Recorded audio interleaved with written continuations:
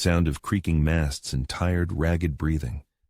40 hours without sleep, the helmsman's eyes. They're not eyes anymore, just two bloody smudges. He stares at the horizon, where a dot is barely visible. A rich merchant ship, and the captain's voice, as hoarse as the creak of the rigging. They'll tire out before we do.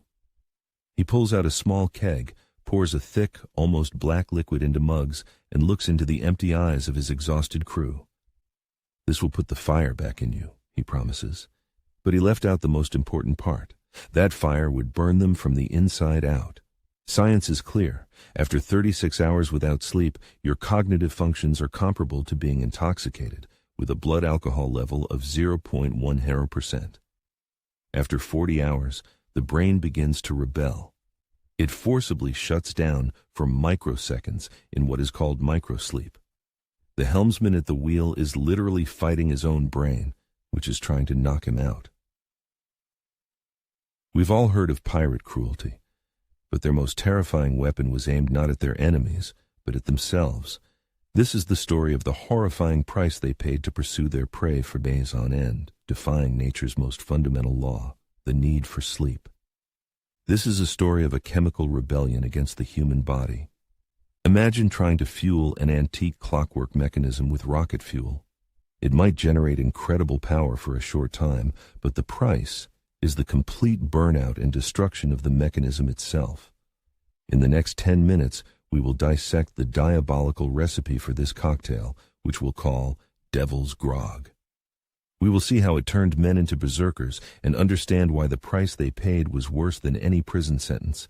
And at the end, we'll separate the truth from the myth that has terrified sailors for centuries. Forget storms, the Kraken, or the Royal Navy. For a pirate in a long chase, the main enemy wasn't something outside, but something inside. Fatigue. The overwhelming desire to close your eyes, even for a minute. This very weakness cost them lost treasures, and to conquer it, they made a deal with the devil. This isn't just boredom, it's a form of sensory deprivation. The endless sea, the monotonous creak of the rigging, all of this creates an effect similar to highway hypnosis, where the brain starts to disconnect from the monotonous reality. The pirates weren't fighting fatigue, they were fighting the hypnotic trance of the open ocean. At the center of this struggle was always a mug, and what sloshed inside it only began with the grog we know. Yes, rum diluted with water. It disinfected stagnant water and boosted morale. The idea itself was stolen from the British Navy. In 1740, Admiral Edward Vernon, nicknamed Old Grog, ordered rum to be diluted to combat drunkenness. The pirates took this rule and twisted it beyond recognition. They added the main ingredient of their trade, black powder. The logic was primitive and ironclad. What makes cannons explode must also make blood explode.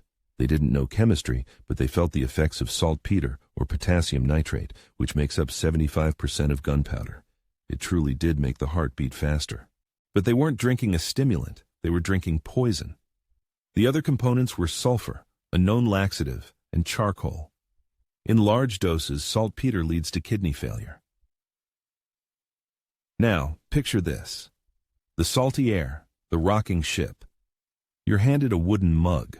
Inside, a tart Swedish rum mixed with a grainy, bitter sulfuric dust. Could you drink it, knowing your share of the loot depended on it? This wasn't a matter of taste, it was a matter of desperation. It's like trying to start a stalled car by pouring a mixture of gasoline, sand, and acid into the tank. It might sputter a few times, but the engine will be irreversibly destroyed. But there's a theory that the most desperate captains went even further. In South America, which they raided, indigenous peoples had chewed coca leaves for centuries for stamina. Buccaneers of the late 17th century, like Bartholomew Sharp, who plundered Spanish colonies in Peru and Chile, had direct access to this plant. There is every reason to believe that crushed coca leaves became the third secret ingredient of their devilish drink. And here's the result. Rum is a depressant, gunpowder is a toxic pseudo-stimulant, coca is a powerful euphoriant. In one mug, they didn't just add up, they multiplied, creating a chemical storm in the body. A veritable civil war began inside the pirate. Alcohol screamed at the nervous system. Hit the brakes! The stimulants roared back. Hit the gas! His body became a battlefield between two opposing commands. First came a deceptive warmth. The rum relaxed cramped muscles and dulled the pain of torn calluses. And then, a sharp jolt to the chest. The heart exploded with saltpeter. The world narrowed to a single point on the horizon. Fatigue didn't just disappear. It was as if it had never existed. A normal resting pulse is 60, maybe 100 beats per minute. This cocktail revved the heart to 150, even 180. That's the pulse of a sprinter at peak exertion. But the pirate had to endure this state for hours, turning his heart into a motor, wearing itself out at its limit. This is a berserker state. The pupils are dilated to their maximum to let in more light. Reactions are sharpened to an animalistic level. The sense of fear is completely atrophied. He feels no pain, doesn't notice cuts. This isn't bravery, it's the complete shutdown of the self-preservation instinct. The brain operates on a single program: move, attack, win. Imagine a car with all the dashboard sensors disabled, the engine temperature gauge, the oil level sensor, the brake lights. The car is moving, but the driver has no idea it's about to explode. The pirate became such a machine, hurtling towards self-destruction. Now, you're on the merchant ship. You see a boarding party rushing toward you. But these are not just men. Their eyes burn with a mad fire. They scream, and they don't react to wounds. They move like wind-up dolls, possessed by a single idea. You're not fighting pirates. You're fighting monsters created by their own chemistry. Historians still debate what sent Norse berserkers into their battle trance, mushrooms or rituals. Pirates may have accidentally found a chemical key to the same state, turning themselves into the Caribbean berserkers of the 18th century. But they weren't invincible. It was a deception. Yes, their brute force and aggression were off the charts, but fine motor skills, tactical thinking, and shooting accuracy, all that was shot to hell. Stimulants cause hand tremors. Reloading and accurately firing a flintlock pistol, a task requiring a calm and steady hand, became nearly impossible for them.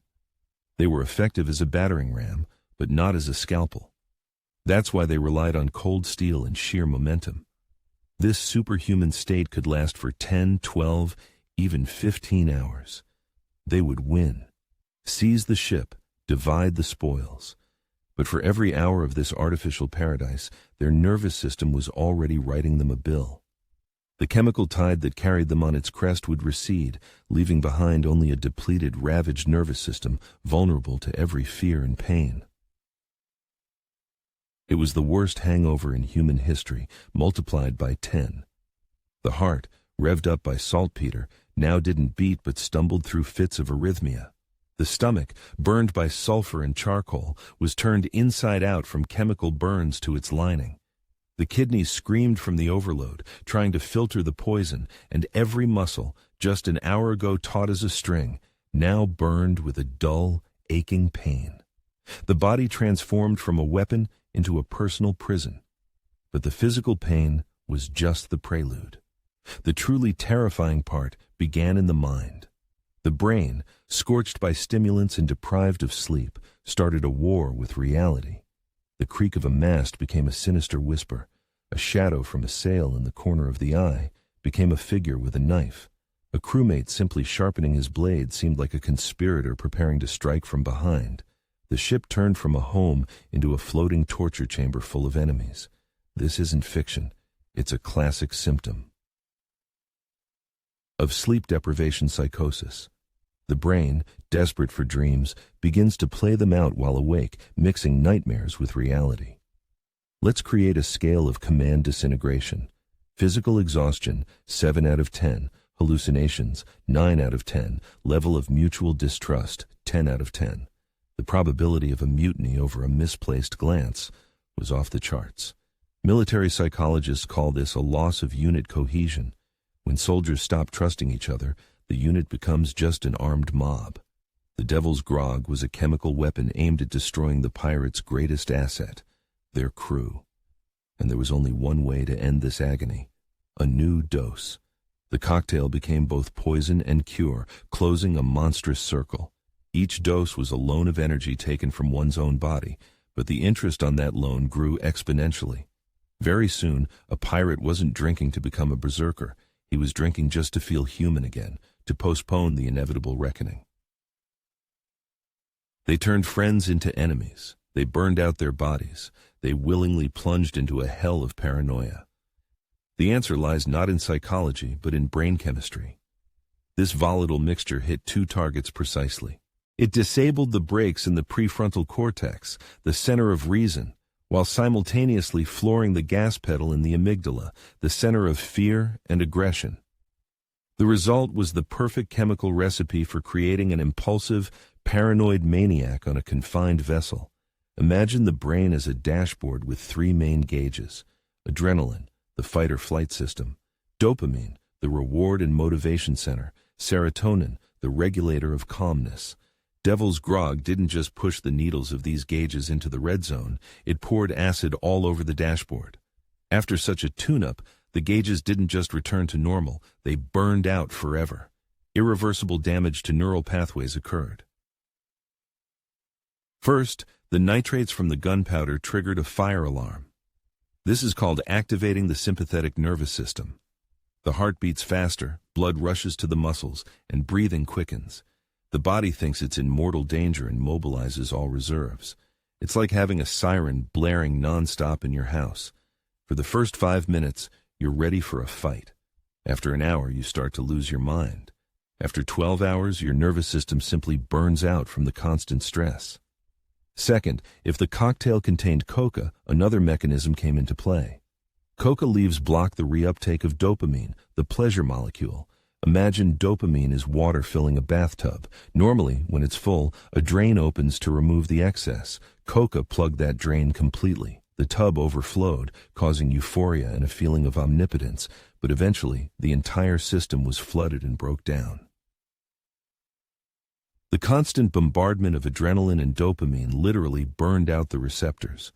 The brain stopped responding to them. Eventually, to feel anything at all, the pirate needed an ever-increasing dose, and without the drug, the world became gray, joyless, and full of anxiety. This process is called receptor downregulation. The brain, trying to save itself from this chemical screaming, literally plugs its ears. It physically removes some of its dopamine receptors from its surface. This isn't a metaphor, it's a real, irreversible change in the brain's architecture. The pirate was breaking his own mind with his own hands. But history is always more complex than legend. The idea of mixing gunpowder with alcohol is not a fabrication. In 1678, Alexandre Exquemelin, a surgeon who served with the pirate Henry Morgan, described it in his book, The Buccaneers of America. He saw freebooters like Francois L'Olonnais mix brandy with gunpowder before an attack. It was a ritual, a test of toughness, and a way to show their fearlessness. Exquemelin was an eyewitness, but he was also a showman, and his book was a bestseller where drama was valued as much as facts. Modern historians are skeptical. First, gunpowder is poison. Second, coca leaves. They were common in South America, but not in the Caribbean, where most pirates of the Golden Age operated. Getting them would have been difficult and expensive. Yes, the Spanish Silver Fleet sailed from Peru through the Caribbean to Spain. Theoretically, pirates could have captured such a cargo, but it would have been a rare, exotic prize, not a regular ingredient. It would be like a modern soldier trying to create a stimulant from a random drug found in an enemy's first aid kit. The truth is likely somewhere in the middle. The practice of mixing gunpowder with alcohol probably existed, but it was more of a ritual than a systematic doping regimen. And the story of the miraculous cocktail was a myth that the pirates themselves perpetuated. After all, there's nothing more advantageous than a rumor that your crew consists of tireless demons who know no pain or fatigue. It's like the Jolly Roger. The flag itself did no harm, but the sight of it made merchant captains surrender without a fight. The legend of the Devil's Grog was the same kind of weapon, a chemical Jolly Roger that paralyzed the enemy's will before the boarding even began. But this story, it's not just a tall tale from the past. It's an extreme example of 3 timeless rules of survival. First, a limit is a safety feature, not an enemy. Fatigue is the check engine light on your body's dashboard. You can cover it with tape and keep driving, but the engine will still blow up. Second, the price of a quick fix is always higher. Any chemical shortcut to energy is like taking out a payday loan at 1,000% interest from your own nervous system. Today, you gain power, but tomorrow, you surrender your mind as payment. And third, most importantly, psychology always beats chemistry. The pirates' most powerful weapon wasn't a cocktail, but the terror they inspired. Edward Teach, Blackbeard. He wove lit fuses into his beard not to see better in the dark, but to look like a demon risen from hell. His reputation was so monstrous that most ships lowered their flags without a single shot being fired. His image was his main weapon, not some drink. So what was it really? A real performance-enhancing drug that granted superhuman strength, or a brilliant psychological trick that made enemies surrender without a fight? Write just one word in the comments. Doping, if you believe in the power of the recipe, or myth if you think it was a clever fabrication.